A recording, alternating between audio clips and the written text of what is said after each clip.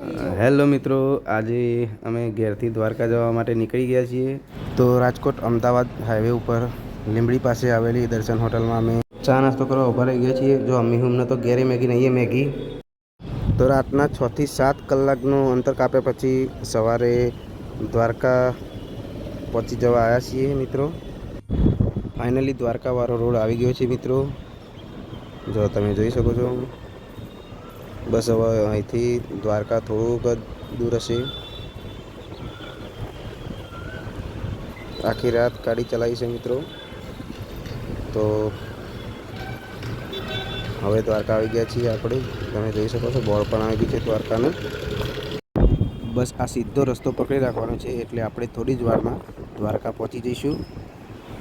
તો આપણે ભગવાન શ્રી કૃષ્ણ દ્વારકાધીશની દેવભૂમિ દ્વારકામાં આવી ગયા છીએ. જો મિત્રો, બસ અહીંથી રસ્તા ઉપરથી પણ તમને મંદિર દેખાશે. જો મંદિરના દર્શન કરાવું રસ્તા ઉપરથી પણ. દ્વારકાનો મેન ગેટ છે મિત્રો મંદિર જવાનો. તો મિત્રો, રૂમ બુક કરાવીને પછી અમે અગાસી ઉપર આવી ગયા છીએ અને ભગવાન દ્વારકાધીશની ધજાના દર્શન કર્યા છે મિત્રો. જો ખૂબ જ સુંદર નજારો છે. ચારે બાજુના દર્શન કરાવું તમને મિત્રો. તો હવે મંદિરે જવા નીકળી ગયા છીએ. આ દ્વારકાનું બજાર છે મિત્રો. જો અહીં બધું જે તમારે ખરીદી કરવી હોય તમે ખરીદી કરી શકો છો. ખૂબ જ વસ્તુ બધી સરસ મળે છે.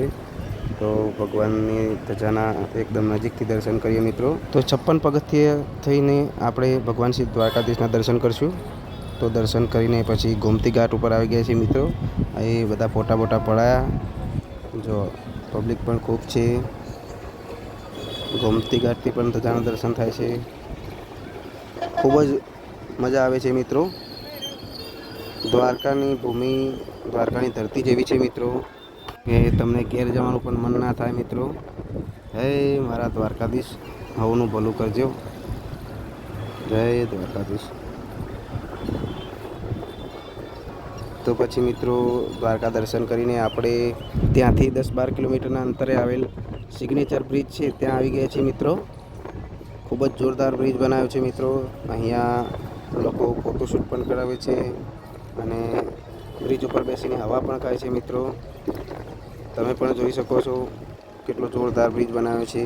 જ્યારે આ બ્રિજ નહોતો બન્યો ત્યારે લોકો દ્વારકાથી બેટ દ્વારકા દર્શન કરવા જવા માટે નાવડાનો ઉપયોગ કરતા હતા, પણ હવે સારી સગવડ થઈ ગઈ છે. તો ગુજરાતના બ્લુ બીચ તરીકે ઓળખાતા એવા શિવરાજપુર બીચ ઉપર આપણે આવી ગયા છીએ મિત્રો. ખૂબ જ જોરદાર વાતાવરણ છે. તમે જોઈ શકો છો દરિયો ચારે બાજુ ઘૂઘવાટા કરી રહ્યો છે મિત્રો. બીજે ક્યાંય જાઓ કે ના જાઓ પણ વર્ષમાં એકવાર તો દ્વારકા, સોમનાથ, શિવરાજપુર બીચ આ બધા દર્શન કરવા જરૂર આવું મિત્રો. કેમ કે આખા વર્ષનો થાક અહીંયા ઉતરી જાય છે. ચંપલ નીકળી ગઈ છે. મિહુભાઈ દોડાદોડ કરે છે. મિત્રો હું અને અમારું આ નાનકડું ફેમિલી છે, બધા સાથે જ આવ્યા છીએ મિત્રો. ફોટોશૂટ કરવા માટે ખૂબ જ સુંદર જગ્યા છે મિત્રો. તમે ફોટોશૂટ કરવા પણ અહીંયા આવી શકો છો અને એન્જોય કરવા પણ આવી શકો છો. ખૂબ મજા આવશે મિત્રો. જો આ બાજુ મિહુ જો પિમ્પોમની ગોળી લઈને આખા દરિયાના બીચ ઉપર દોડાદોડ કરે છે અને મસ્તી કરે છે પાછળ. ચોય હખણો રહેતો નહીં. એને ખૂબ મજા આવી જશે. આ વીરો જો રમકડાની તલવાર લીધી છે નાની. બસ અહીં આવો એટલે એમનો રમકડો સિવાય કોઈ પૂછતું નથી. જો ઓમથી ઓમ જાય છે. આ બાજુ ઝીલું રેતીમાં કંઈક નામ લખે છે, એબીસીડી દોરે છે મિત્રો. તમે પણ આવો, ખૂબ મજા આવશે. તો મળીએ બીજા બ્લોગમાં. Thank you.